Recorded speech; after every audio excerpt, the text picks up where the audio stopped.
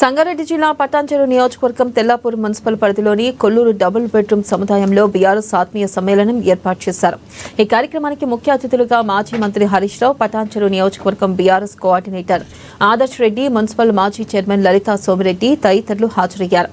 ఇక మాకంటి సునీతకు టికెట్ ఇస్తే కాంగ్రెస్ వాళ్లు రాజకీయం చేస్తున్నారని హరీష్ రావు మండిపడ్డారు.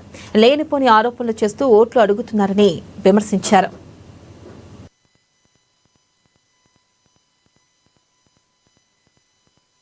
చెప్పునంటే బిడ్డ 48,000 బాకీ పడ్డవు తేపోవాలి.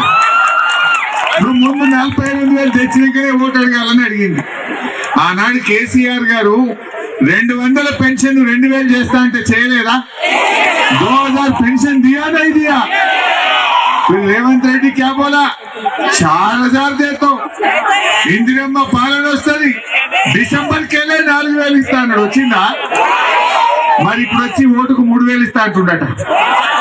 బిడ్డ 3,000 ఇస్తే బరాబర్ తీసుకుంటారు. ఆ 45,000 ఇంకా బాకీ పడ్డు అవి తీసుకెళ్ళని అడగాలి. అంతే కదా?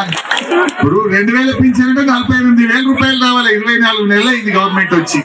3 ఇస్తే ఇంకా 45 దేపోరా భయ అని అడుగురు. అంతేనా కదా? మా అక్క జిల్లాలకు ఏం చెప్పిండు? మహాలక్ష్మి నెలకు 2,500 ఇస్తాం. వచ్చిందా? ఎవరికైనా వచ్చిందా?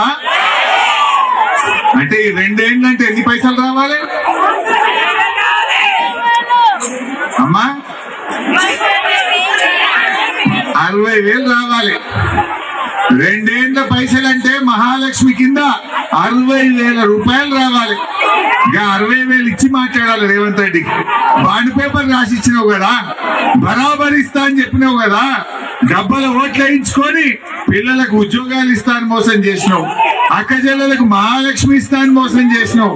ఆడపిల్లలకు స్కూటీలు ఇస్తాను మోసం చేసినావు. తులం బంగారం ఇస్తాను